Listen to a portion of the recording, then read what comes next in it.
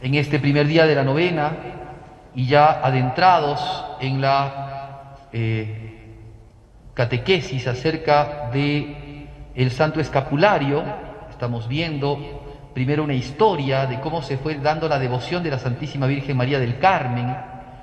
¿Qué significa esto de la devoción de la Virgen del Carmen y del Santo Escapulario? Pues muchos católicos tienen muy poco conocimiento de eso ahora, cuando antes en la vida cristiana que llevábamos era algo tan común y corriente que la gente, junto con las devociones que tenía, vistiera el Santo Escapulario.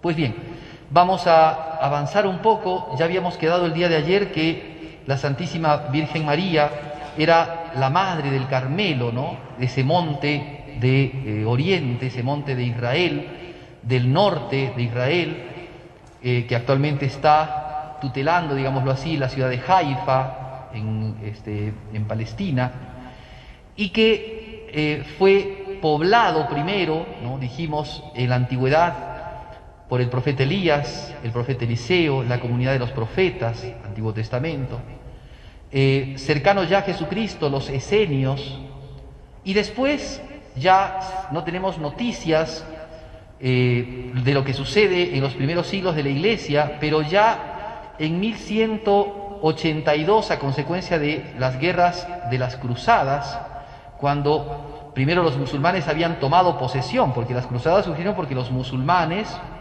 que venían de Arabia habían tomado posesión de las tierras cristianas y habían usurpado y se habían metido en los santuarios que había hecho la Iglesia de los misterios de la vida de Jesús, del nacimiento, de la encarnación, del Calvario y demás. Entonces vinieron los cruzados a defender los lugares santos.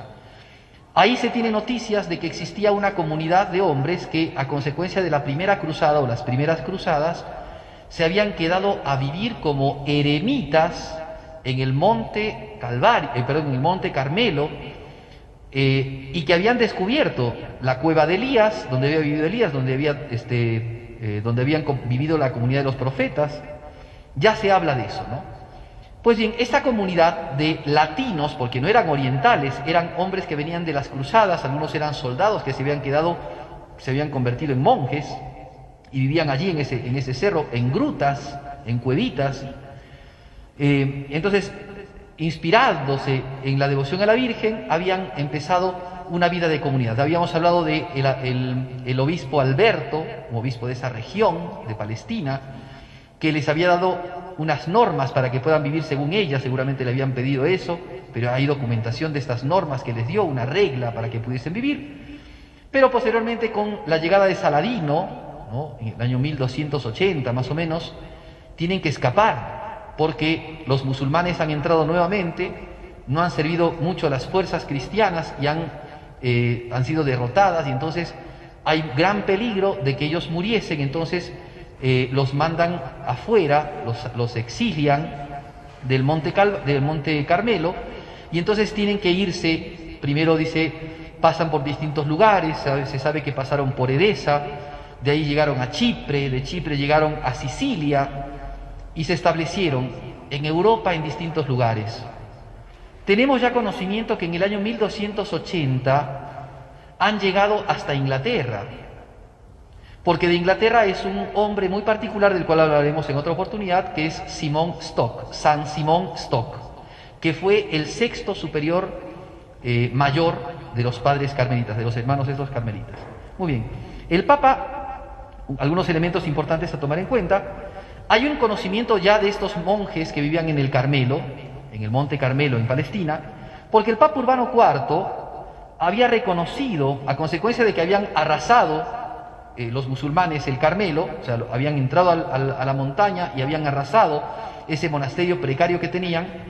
Entonces quería la reconstrucción de ese monasterio, había pedido la reconstrucción del monasterio, y entonces les había llamado a estos hombres, les había llamado a aquellos que se dedican ad honorem Dei et predicte gloriose virgines patrone ipsorum, es decir, para estos hombres que se dedican a la gloria de Dios y a la predicha gloriosa Virgen su patrona. Así los llama él en ese decreto que pide que se reconstruya el monasterio.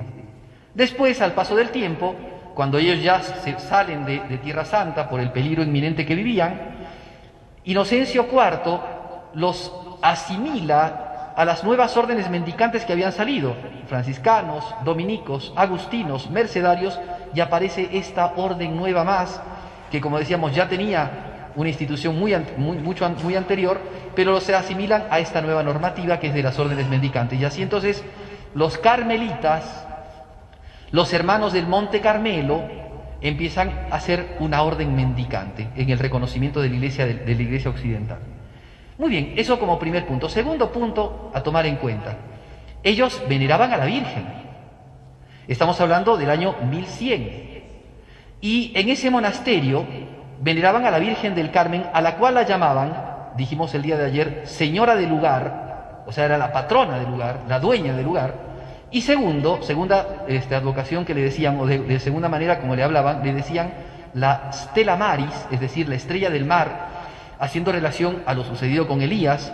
Y después le llamaban la Flos Carmeli, es decir, la flor del Carmelo, porque la palabra Carmelo significa jardín. Y la Virgen es la flor del Carmelo, es la flor más hermosa del jardín de Dios. Muy bien, entonces, en estas...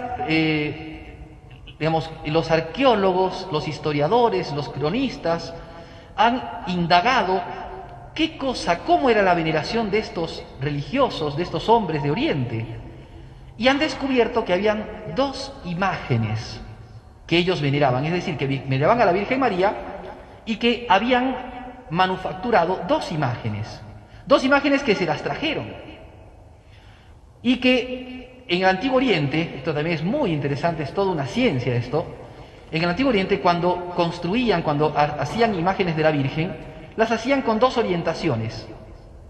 Una orientación era llamada Odegetreia, que significa la madre que enseña el camino, es decir, la palabra odón, ¿no? De ahí viene la palabra método, significa camino. María es la madre que nos enseña el camino. Bien, eso es una manera de pintar a la Virgen. Es como aquella que le va enseñando a Jesucristo a caminar y al cristiano a caminar, ¿no? Y después, otra manera de hablar de la Virgen o de representar a la Virgen era la Virgen como Eleusa, es decir, como la dulzura, o también como la glocofisula, que significa también la dulce madre que da un beso, ¿no? Una cosa así, o sea, la ternura, eso quiere decir. Entonces, así representaban a la Virgen. O la mujer que nos muestra a Jesús, que es el camino, o la dulzura que nos muestra cómo es la maternidad de la Madre de Jesús y Madre nuestra. Pues bien, esas dos perspectivas artísticas de Oriente están presentes en estas imágenes que nosotros hoy día hemos podido sacar y que aún ninguna de ellas tiene el tema del escapulario. En Oriente aún no tenían conocimiento del escapulario, pero sí sabemos esto, nos lleva después a entender lo que significa el escapulario.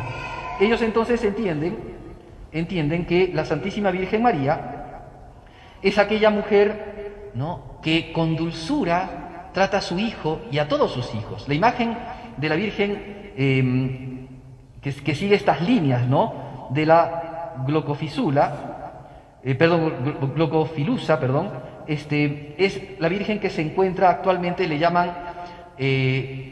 Está en Nápoles actualmente, en un santuario del Carmelo de Nápoles, y la imagen es Nuestra Señora, le llaman así, ¿no?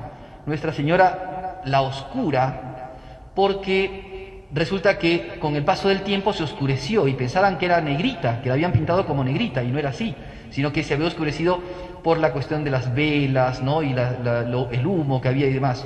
Cuando le han hecho la restauración en 1974 esa imagen, se dieron cuenta que no era oscura, pero le dicen la Madre Oscura, ¿ya? Pero es por el colorcito que tenía. Pues esa imagen se encuentra actualmente en Nápoles. Y al parecer es una imagen antigua del rito bizantino que se la trajeron desde el Monte Carmelo, pero ella todavía no tiene el escapulario.